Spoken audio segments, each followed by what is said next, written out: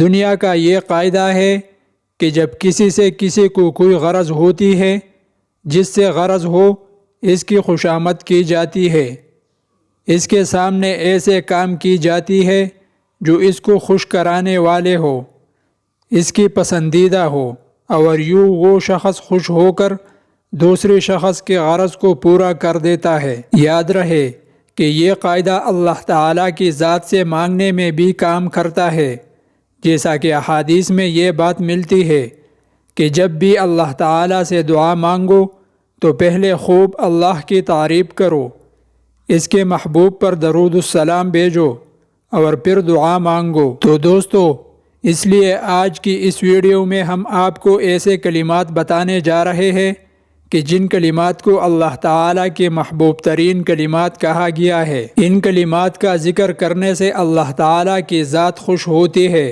اور یاد رہے کہ جب اللہ تعالیٰ کی ذات خوش ہوتے ہیں تو پھر اللہ تعالیٰ سے جو بھی مانگو مل جاتا ہے۔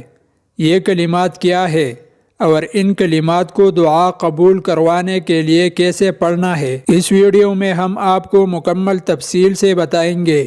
تو دوستو، بڑھتے ہیں آج کی موضوع کی جانب اور آپ کو بتاتے ہیں کہ اللہ تعالیٰ کے محبوب ترین کلمات کون سے ہیں اور ان کا ورد کیسے کیا جائے۔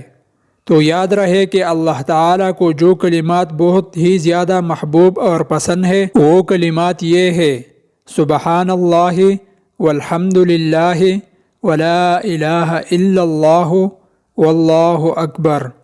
کلمات کی شان فضائل کے بارے میں شیخ الاسلام ابن تیمیہ فرماتے ہیں، ان کلمات کی فضائل میں سے ہی احادیث بہت ہی زیادہ ہے۔ امیر سنانی رحمہ اللہ نے لکھا ہے کہ ان کلمات کی فضیلت میں اتنی کثیر احادیث وارد ہے کہ جنہیں لکھا اور شمار نہیں کیا جا سکتا۔ البتہ ان کلمات کی فضیلت اور اہمیت کو واضح کرنے کے لیے آپ کو چند خاص فضائل بتاتے ہیں، اور پھر آپ کو یہ بتاتے ہیں کہ آپ نے ان کلمات کے ذریعے اپنے دعاؤں کو کیسے قبول کروانا ہے۔ رسول اللہ صلی اللہ علیہ وسلم نے فرمایا، یہ 4 کلمات اللہ تعالیٰ کو سب سے زیادہ پسند ہے۔ کوئی حرج نہیں کہ کہیں سے ان کی ابتدا کر لو۔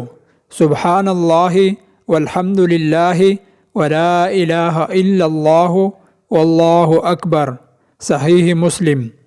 اسی طرح رسول اللہ صلی اللہ علیہ وسلم نے فرمایا، افضل کلام یعنی کلام میں سب سے افضل کلمات سبحان اللہ والحمد للہ ولا الہ الا اللہ واللہ اکبر ہے۔ ایک روایات میں یہ وضاحت ہے کہ قرآن مجید کے بعد سب سے افضل کلمات یہی ہے۔